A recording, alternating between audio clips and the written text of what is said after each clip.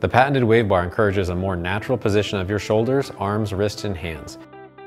Thumbs up, pinkies down. Elbows gently resting against your torso. To get the very best out of your Wave Bar, we'd like to show you the proper installation and some of the unexpected ergonomic tips. We're here with Frank from Workhorse Bicycles to guide us through the process. We recommend working with a qualified bike mechanic to install your Wave. Before starting, make sure you have new bar tape, proper hex or Torx keys, a torque wrench, and read the Wave Handlebar instruction sheet. Note that the Wave Bar may require slightly longer cables. If your current setup doesn't offer an extra 2 to 3 centimeters of cable length, you'll likely need fresh cables. Begin by inspecting your Wave Handlebar for any visible damage.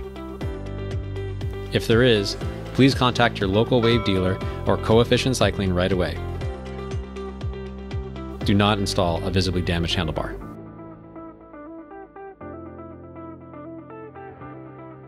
Frank's already removed the old bar. Now we're ready for upgrade. Insert your Wave handlebar so that it's perfectly centered in the stem, using the Wave's imprinted guidelines. Slowly tighten the faceplate in a crossing pattern, just snug enough to allow for bar adjustments.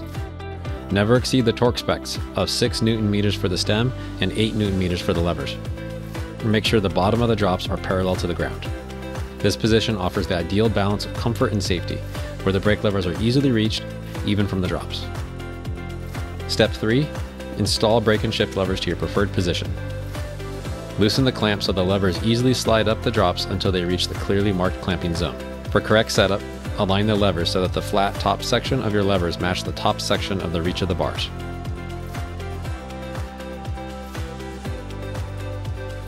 Be sure that the bottom tip of the brake lever is level with or slightly above the bottom of the drops.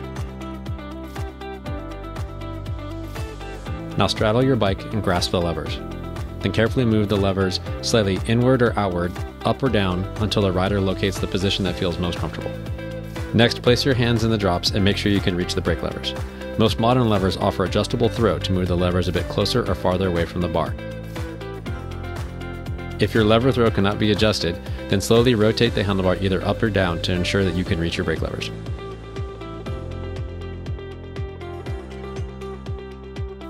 Step 4. Cable routing, internal and external. The Wave handlebar includes internal cable routing holes with guide tubes to assist feeding brake and shifter cables. There is a small exit hole at the center rear of the handlebar for electronic wiring.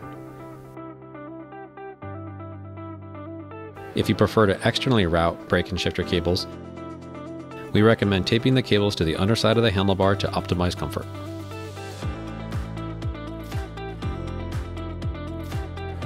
Step 5. Properly tighten stem, brake, and shift levers.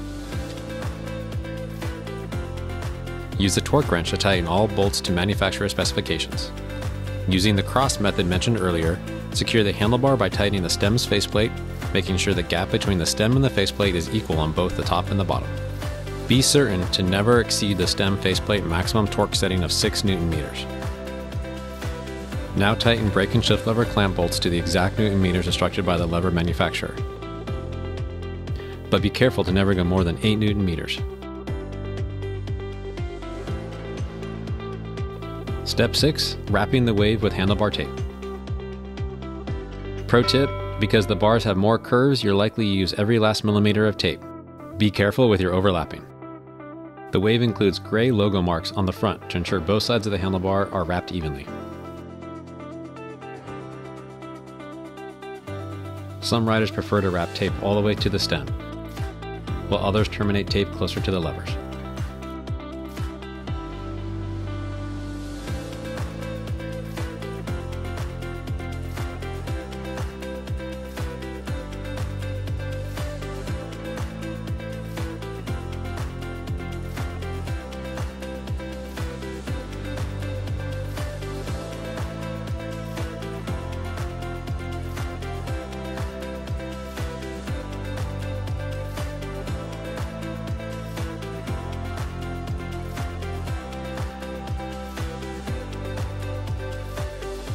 The Wave bar is backed by a Love Your Bar guarantee. If you don't love it, we'll take it back. It's that simple.